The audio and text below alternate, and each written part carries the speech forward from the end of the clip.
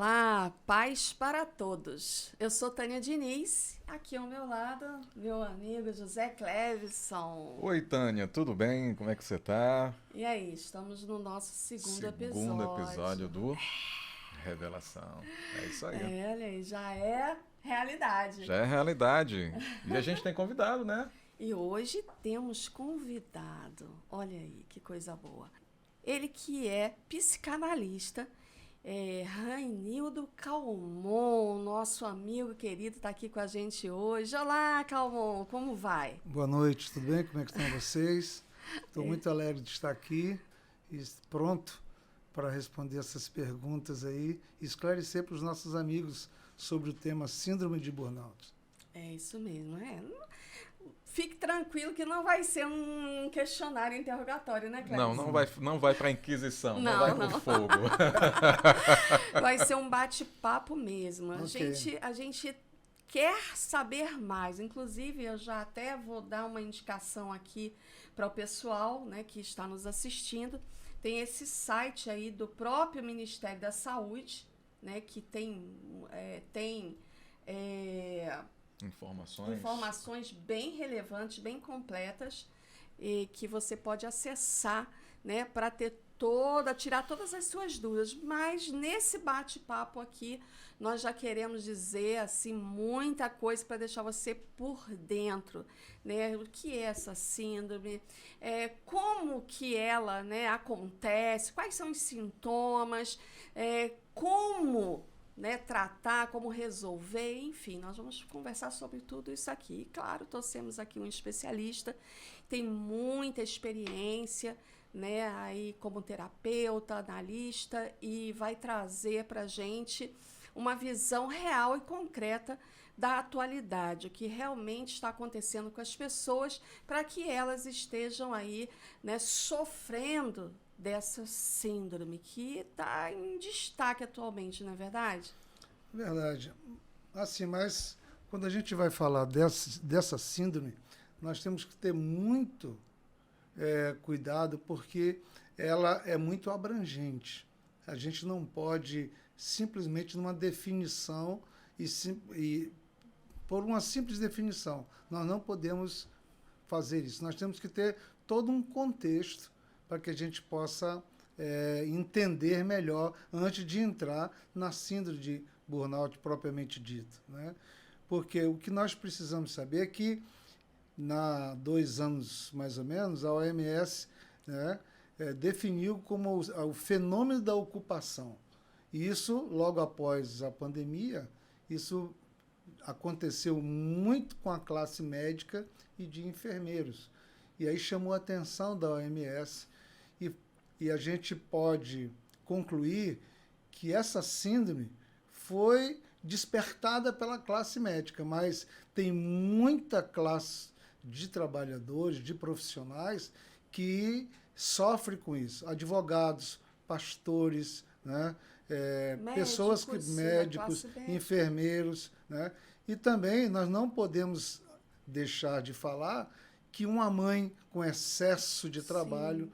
pode estar sofrendo, um jovem que está estudando para um concurso também pode estar sobrecarregado Ele, porque ele fica numa longa jornada de trabalho e isso é muito, muito comum hoje na nossa sociedade. E também nós não podemos esquecer da insatisfação, né, de um lado da população, que cada vez mais ela quer atingir um nível melhor, nada errado sobre isso, porque todos nós queremos melhoria, mas essa melhoria de vida, desse patamar de vida, ele tem que ir com equilíbrio, né? Quando uma pessoa, né, trabalha uma jornada, 2 jornadas, 3 jornadas por dia, simplesmente para pagar os seus compromissos, né? E isso já começa a sair da curva e tem uma grande probabilidade dessa carga de trabalho ele estar sofrendo de uma síndrome. E também, ao longo desse nosso bate-papo, nós vamos falar também das organizações que também são responsáveis, muitas vezes, por por essa síndrome, né? Por ambiente de trabalho e assim vai. Sim, podemos falar sobre isso. Eu estou curiosa, eu quero saber, por exemplo, como que a pessoa sabe que ela tem essa síndrome, que ela está com essa síndrome? Quais são os sintomas? Normalmente, a pessoa em si, pelo propósito que ela está se impondo, é muito difícil que ela encontre isso. Normalmente, um parente, uma esposa, um esposo percebe que ela não está no estado normal dela. E, normalmente, quando isso acontece, por quê? Porque ela começa a não ter concentração, ela começa a ser mais agressiva, a pessoa se torna irritada, né? Então, e até chegar ao ponto de manhã ela não querer levantar para trabalhar, porque ela não. E quando isso acontece, normalmente os seus entes queridos percebem e levam essa pessoa a um profissional de saúde, tá? Um psiquiatra, um psicólogo, um psicanalista, que vai detectar. Normalmente a pessoa mesmo acha que é só simplesmente um cansaço, porque nós temos que ter uma diferença muito grande sobre isso. Quando a gente fala de síndrome, não é um dia estressante de trabalho. Você tem uma carga de trabalho, 2, 3 dias, por uma demanda na sua empresa, e você dá-lhe 16, 17, 18 horas de trabalho por 3, 4 dias. Não é isso. A síndrome ela acontece num período longo, como a pandemia, por exemplo, por causa do efetivo de médicos e enfermeiros, eles trabalharam mais de 2 anos no regime praticamente de 16, 18 horas, 20 horas de trabalho, né, num período longo. Então, isso vem acontecendo muito frequente na nossa sociedade. Então, para ficar um pouco mais claro para o pessoal que está assistindo, você pode citar aí uma relaçãozinha básica de sintomas, né, que as pessoas manifestam quando estão, né, com essa síndrome? Nós podemos inverter um pouco o que você está perguntando? Claro. Nós vamos falar. Aqui é uma pessoa totalmente leiga, né? Então eu estou tentando apalpar o assunto. O especialista é você. Então nós vamos falar das causas primeiro, né? Okay. A gente fala das causas, depois a gente vem para os sintomas. Certo. Né? Por exemplo, não respeitar entrada e saída de trabalho, ou seja, as empresas, né? A gente vai ficar um pouco agora, sair um pouco do paciente e vamos falar da empresa como causa, porque ele é uma pessoa que está inserida nesse contexto. Então, são coisas que acontecem na organização dele e que vai provocar os sintomas após isso. Então, tem não respeitar horário de trabalho, de entrada e de saída, isolamento e falta de integração entre os membros da equipe, prazo de entrega não flexível, né? Chefe abusivo, alta carga de trabalho, né? Insegurança quanto à estabilidade do emprego, falta de clareza sobre os objetivos da equipe, isolamento e humor, apatia e pessimismo, baixa estima, cansaço constante, dores musculares, enxaqueca, palpitação e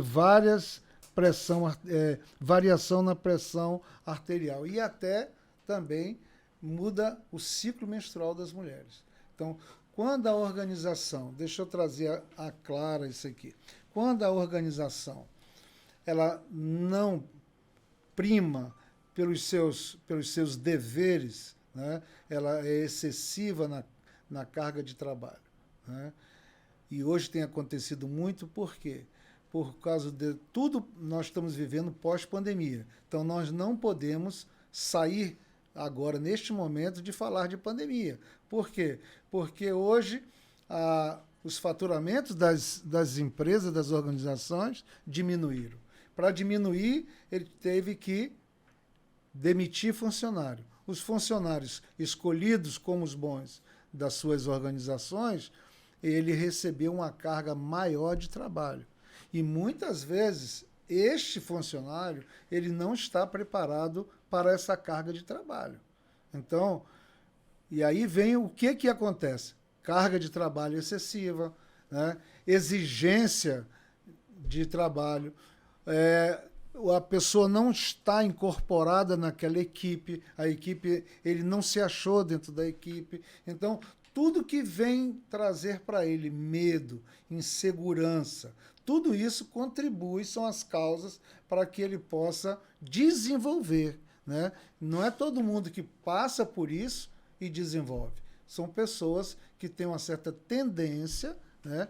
Essas pessoas têm tendência a, por causa dessa pressão, por causa dessa insegurança, por causa até muitas vezes pelo medo de até ter assumido vários compromissos e medo de ser demitido ou alguma coisa dessa pressão nas suas organizações, isso são as causas maiores que a gente vê, né, constata de que começa a desenvolver essa síndrome.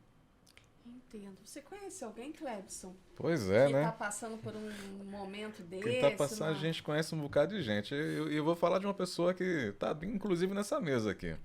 Quando o Dr. Calmon começou a falar isso, todos esses sintomas, essa moderação toda, há 4 anos atrás, eu andava bastante irritado, andava bastante descontrolado com as emoções. E as pessoas que são mais próximas a mim, minha família, os meus amigos mais chegados, eles começaram a perceber, cara, tu tá muito estressado, tu tá com o estressômetro full. Aí eu, não, cara, é só excesso. E, bem, resultado. Deu o braço a torcer e fui procurar uma ajuda profissional, né? A gente procura um médico, olha, querido, você não tem disfunção fisiológica aqui, os seus hormônios estão todos ok, seu testosterona está ok, você não está com falta, não está com excesso, mas pelo que você me relata, você está passando por uma situação bastante, digamos assim, atípica de sobrecarga de trabalho. Aí, tá, doutor, mas todo mundo trabalha, todo mundo está aqui para trabalhar, então, se a gente não trabalha, não tem resultado, se não tem resultado, não tem o fator econômico, né, a recompensa do trabalho, que é o nosso sal, que é o salário. Não, mas você está exagerando. Está exagerando por quê? Você está num limite de 12 horas por dia. 12, 14 horas. Mas é inerente à profissão. Não, mas mesmo sendo inerente à profissão, você tem que ir com mais calma. E foi quando eu fui presenteado com um laudozinho médico chamado síndrome de burnout. Síndrome de burnout? Eu sou avião, por acaso? Né? E aí a gente começou a pesquisar. Curioso, vou saber se isso realmente é. E essa listagem aí, eu preenchi quase tudo. E fui saber o que danado era esse danado de síndrome de burnout. Achava que era até francês, Burnout, mas não, era alemão. Um médico, um psicanalista alemão, Herbert Freudenberg, em 1974, depois de ele atender 12, 14 horas, várias pessoas que tinham vários problemas com ele, ele desenvolveu isso. Ele identificou isso desenvolvido nele. Que, na verdade, eu acho que isso já acompanha a humanidade há um bom tempo, né? Se a gente parar para observar isso nas manifestações do laissez-faire, lá na França Antiga, na própria Revolução Industrial, onde as pessoas trabalhavam 14 horas, 15 horas, 16 horas, a gente vai ver que existia com certeza burnout ali, só não era, digamos assim, tipificado com esse nome. E eu peguei essa síndrome do esgotamento ou do esvaziamento, né? Burnout vem do avião, vem da aviação esse termo. Burnout é quando o combustível acaba, né? O avião está voando e o combustível acaba em pleno voo. Queima total, né? E então, assim, e realmente eu parei, nossa, eu tenho burnout. O detalhe a observar é que ele queima em pleno voo, né? Aí é que está o perigo. Que quando isso ocorre porque você acha que é o piloto e acha que o seu combustível vai chegar até... Você é o comandante da sua vida, você é o comandante da sua aeronave. Você se coloca no centro da coisa. E você percebe o seguinte, que, nossa, eu achava que dava para fazer isso, eu achava que dava para dar cumprimento desse prazo, dar cumprimento desse tempo, a essas obrigações, essa responsabilidade que me foi imputada, e quando, na verdade, eu não conseguia mais atingir os objetivos. E isso causava uma frustração muito grande. E da frustração vinha um desânimo. E do desânimo, como bem o Dr. Calmon colocou, hoje eu não quero ir trabalhar, porque realmente eu não quero ir trabalhar, não tenho vontade de trabalhar. E então a gente estava ali com um diagnóstico de burnout. E eu, meu Deus, como é que eu faço agora? Como é que eu vou me tratar?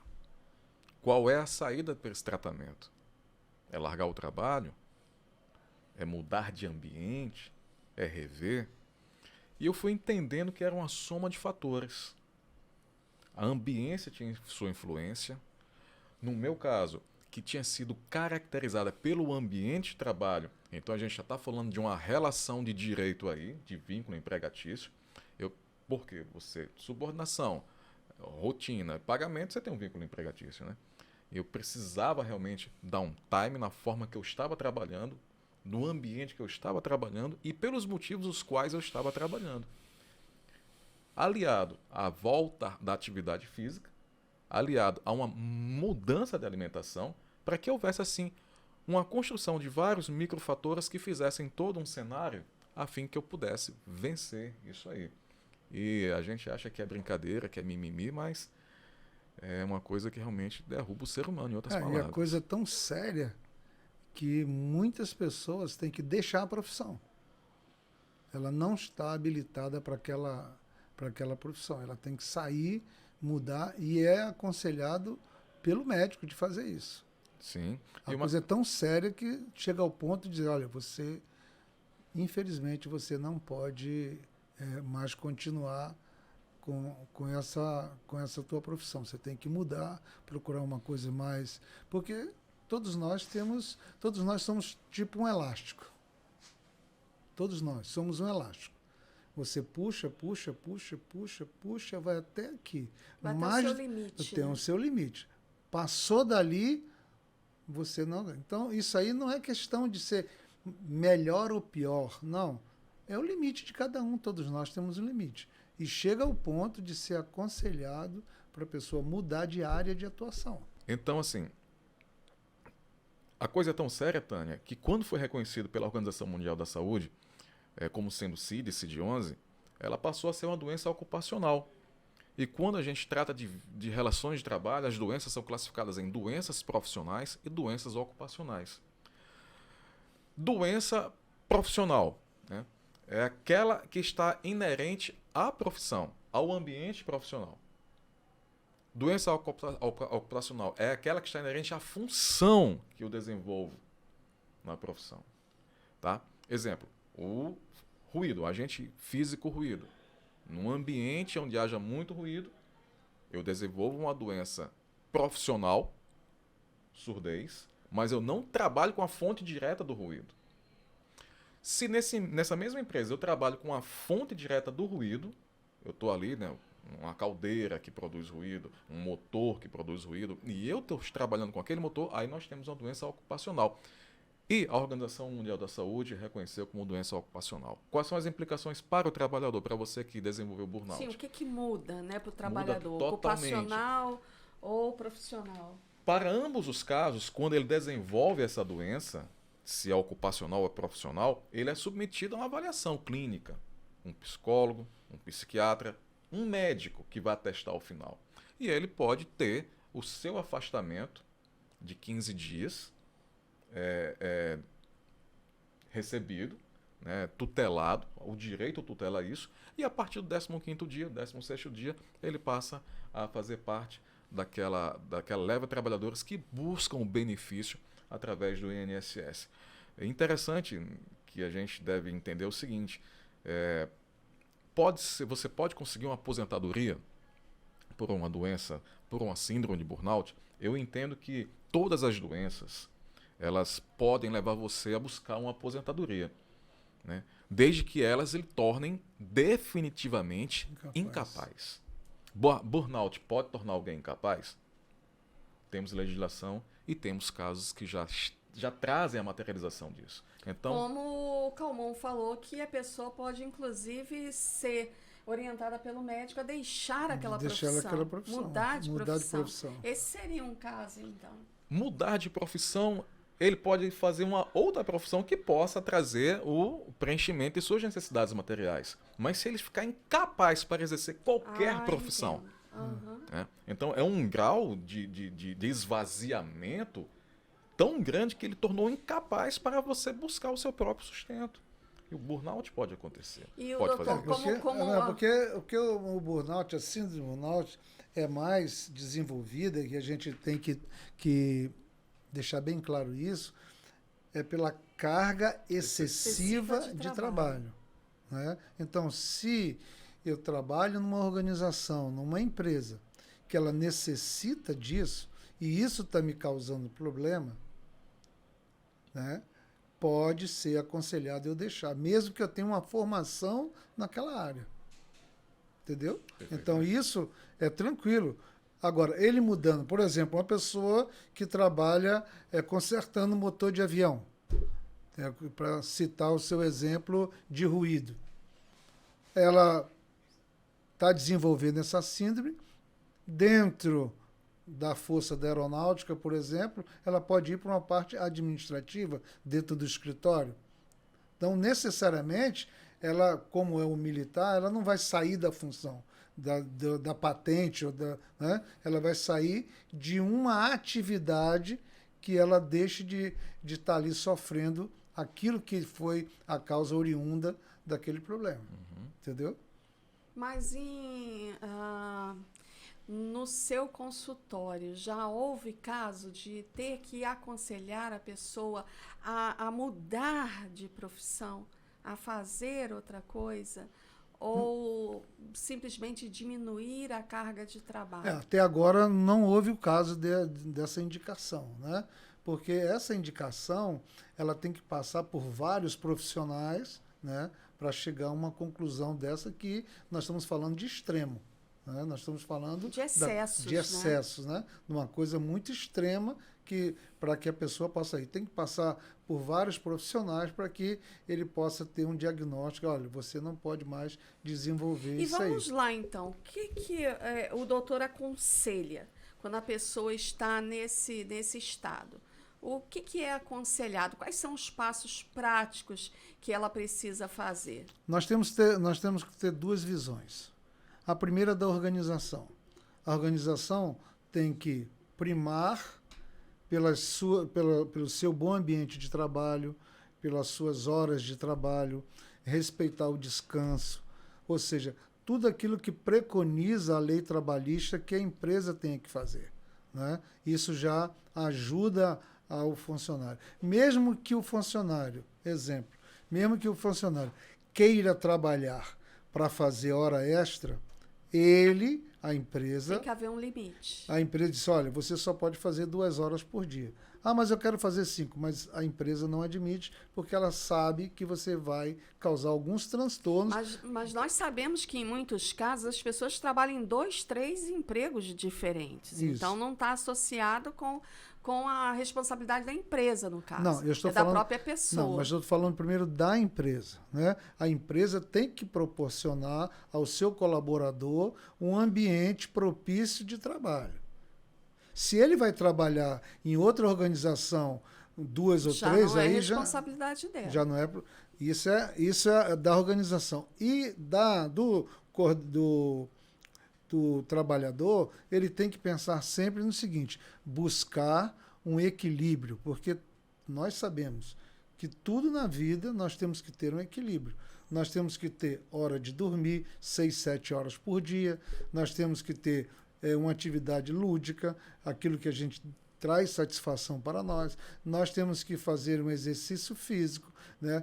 Uma caminhada 3 vezes por semana. Isso tudo ele vai buscar um ambiente, né, propício para ele, né, trazendo um equilíbrio para fazer isso. Então, se ele não busca, né, isso, e aí é onde é que a gente vem chamando das doenças psicossomáticas. Ele vai trazendo tudo o que é ruim para ele se ele não procura esse equilíbrio. Quando ele, geralmente, a síndrome desenvolve a partir do momento dessa indisciplina, ou da empresa ou do trabalhador. Entende? Então, na hora de orientá-lo, a gente deve orientá-lo no sentido de buscar esse equilíbrio sempre, em todas as suas atividades, né? Porque, afinal, a vida não é só trabalho. Exato. Porque, veja bem, se uma pessoa está dizendo que é uma carga excessiva de trabalho, alguma coisa ela está deixando de fazer. Com certeza. Porque se a lei do trabalho ela prevê 44 horas semanais, a partir daí não surgiu. Por que não é 30? Por que não é 80? É 44? Existe um estudo sobre isso. Por exemplo, por que que não é 15 dias de férias, é 30 dias de férias? Porque foi estudado que a pessoa consegue se desligar das suas as atividades profissionais a partir do 12º dia. Até o 12º dia, você ainda está ligado à sua atividade de trabalho. A partir do 13º dia que você consegue desligar e começar a tirar férias. Por isso 30 dias. Por isso 30 dias. Interessante. Entendeu? Né? Então, Clebson, me diz uma coisa. Você que é um homem, né, de fé, a sua fé, o seu relacionamento com Deus, como que ele ajudou de alguma forma, interferiu de alguma forma nesse seu restabelecimento? É uma pergunta extremamente complexa, Tânia, e ao mesmo tempo que ela é complexa, ela tem uma resposta muito simples. Se o burnout é um esvaziamento, né, como a gente mesmo entendeu aqui, que voltando ao exemplo do avião, que é aquele avião que tem aquele combustível que vai adiante, tudo em voo. queimou tudo em voo, seu corpo padece. O meu religare, né, o meu reencontro, o meu encontro com Deus, a minha comunhão com Deus, foi ponto decisivo. Foi o fiel da balança. No direito a gente tem uma balança que representa ali, né? E no meu a gente vai para onde vai para onde vem e diz qual é o lado mais pesado. E o meu fiel da balança, não tenha sombra de dúvidas que, evidentemente, que toda uma base clínica, né? Todo um tratamento, orientação, acompanhamento por psicólogo, acompanhamento por profissional da área de saúde, por médico especialista na área, é essencial. Não adianta você pensar diferente disso. Afinal de contas, se não fosse assim, Deus não teria permitido o desenvolvimento das ciências humanas para auxiliar o próprio homem. Não existiriam os psicólogos. Exatamente. Os psicanalistas. Os psicanalistas, os psiquiatras. Não existiriam os psiquiatras. A quantidade de drogas lícitas, de medicamentos que fazem com que haja uma regulação de todo um sistema fisiológico humano. Mas o meu religar, a fé, onde eu busquei forças de fato, não tenha sombra de dúvidas que foi em Deus. A gente começa a meditar e aquele vazio, de certa forma, ele é preenchido. Eu lembro muito bem, né, que a palavra ela entra e divide de uma forma tão profunda que divide medula e ossos e o espírito e a alma. Então, assim, não tenha dúvida que da mesma forma que a palavra entrou para dividir, ela entrou para preencher parte desse vazio. E grande parte desse vazio, diga-se de passagem. Eu vou mais além, aproveitando o exemplo que você deu, se queimou, precisa repor. Né? Quando você queima um combustível, quando você gasta um combustível, você precisa se reabastecer. Aí a fé entra nesse reabastecimento, né, para te trazer novamente ao seu equilíbrio. Exatamente. Então, eu posso dizer que nesse voo, né, que antes estava às cegas, eu queria ser o comandante, a minha bússola já não tinha mais para onde apontar. E a minha bússola teve um norte magnético, né? Um norte magnético, um sul geográfico, na cartografia ao contrário, a gente sabe disso, né? O norte magnético aponta para o sul geográfico, o sul... A gente sabe não, você sabe. E aí eu não sei. Então, assim, o meu norte magnético, para onde a minha bússola apontava, foi muito claro. Pare, reflita, se encha da palavra, se reabasteça, se reabasteça, siga em frente, porque no mundo tereis aflições. E o doutor falava sobre a questão do tempo, né? Aquelas horas de excesso, ou seja, uma coisa muito interessante que ele colocou foi que se você está trabalhando demais, você está fazendo alguma coisa de menos. De menos, exatamente. Né? Isso é muito importante. E na palavra a gente também tem essa direção, né? Ou seja, para tudo tem um tempo. Debaixo do céu. Debaixo do céu, para tudo tem um tempo. Ou seja, Deus nos deu... Eclesiastes, né? Então, Deus nos deu 24 horas por dia, não é? Então, como que a gente vai gerir, como que a gente vai administrar essas horas? Se a gente tem a fé, né? A fé, quando ela entra, também aí como terapêutica, né? A fé, ela pode ser terapêutica também. Então, o que acontece? Você busca na palavra essas soluções e fica muito claro que isso que o doutor, né, colocou já está revelado na palavra, né? Ou seja, tem tempo para tudo. Né? A gente precisa buscar esse equilíbrio, inclusive de buscar o eterno. A gente até conversava antes de começar aqui a gravação sobre até uma questão hoje de, dentro da própria igreja, às vezes, a gente buscar muito, né, a questão da prosperidade, aquela coisa de ter um carro bom que é outro melhor, ter uma casa boa que é outra melhor e tal, e achar que isso... Né? Uma constante satisfação e achando que isso é sinônimo de que Deus é contigo, né? Exatamente. Ou seja, se Deus é comigo, então eu tenho que ter, né, cada vez melhor e tal. E não é bem assim, né? Não é bem assim que a coisa acontece. Então, a gente vê que mesmo para pessoas que têm, né, base, né, na palavra...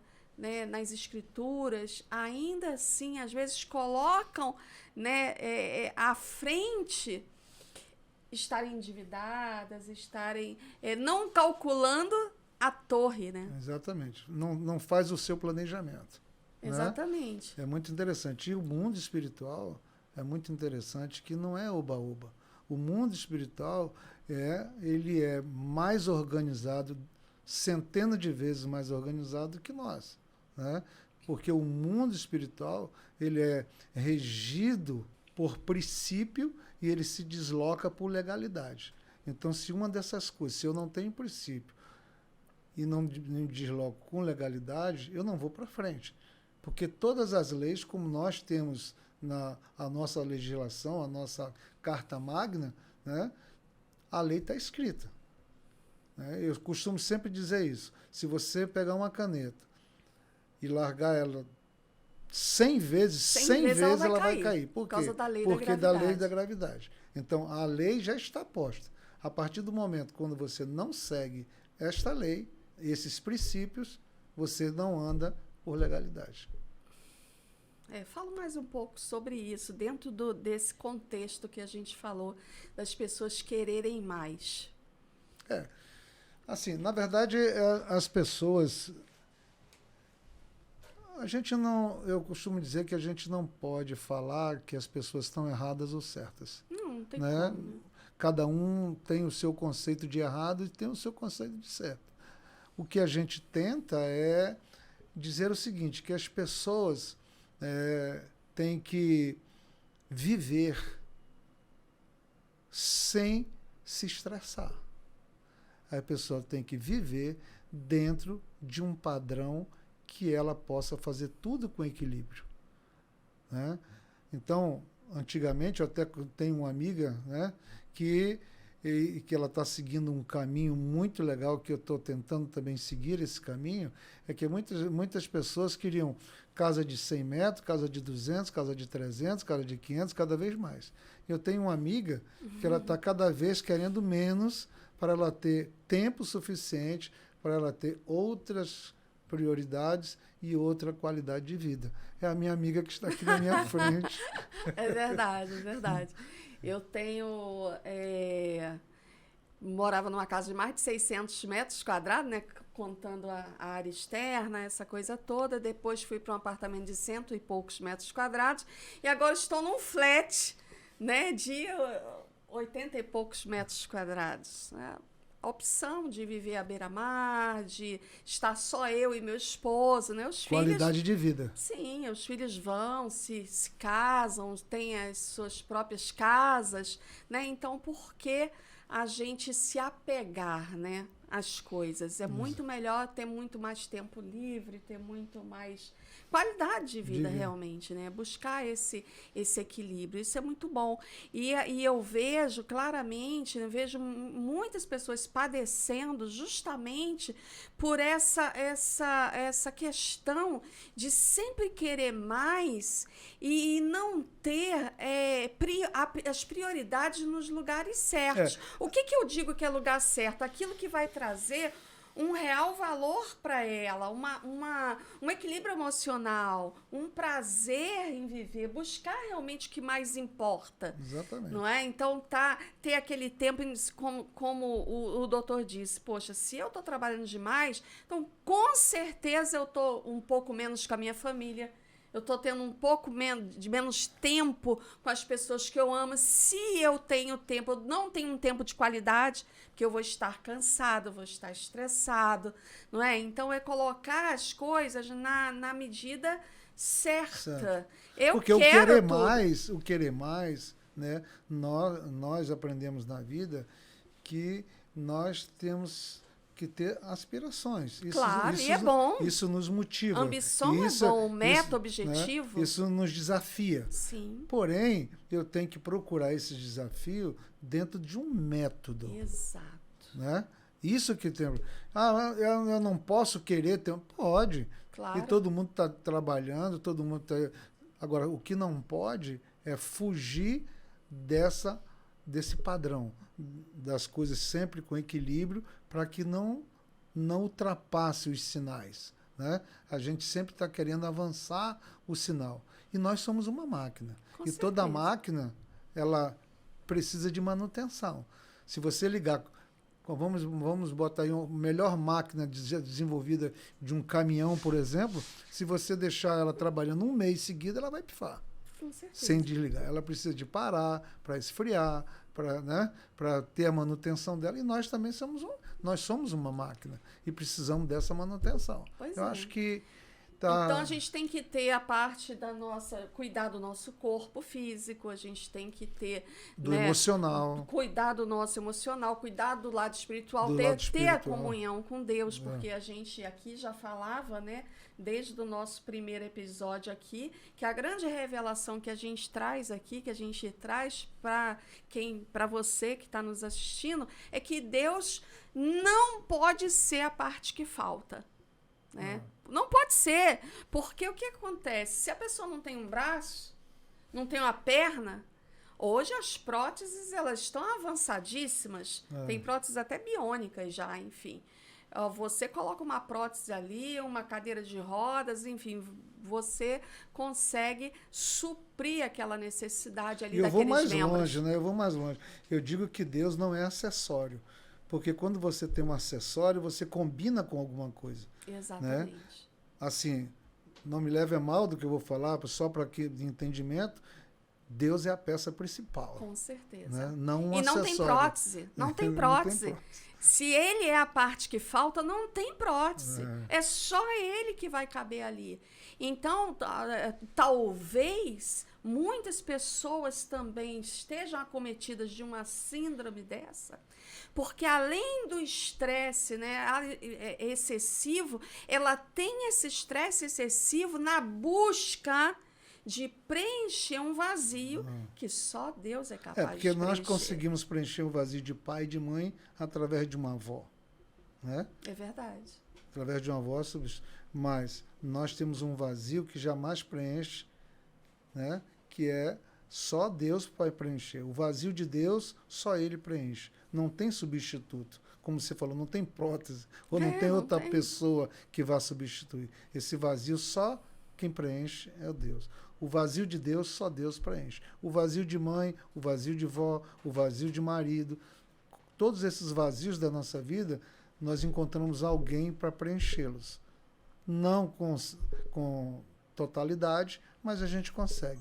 Mas o vazio de Deus, só Deus. É verdade. Então, fica aqui a nossa... Um aprendizado.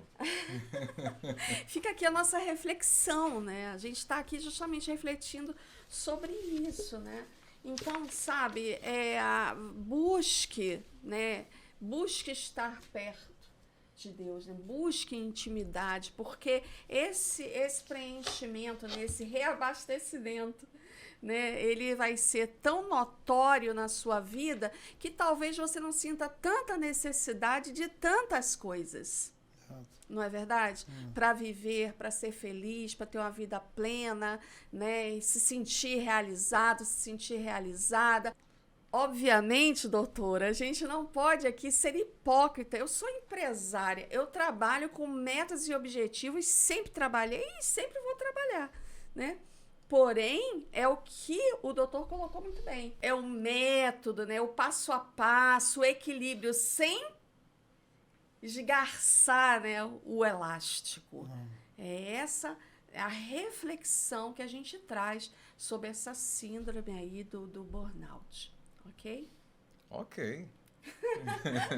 Eu queria agradecer o convite, gostei do nome, né? Revelação, né?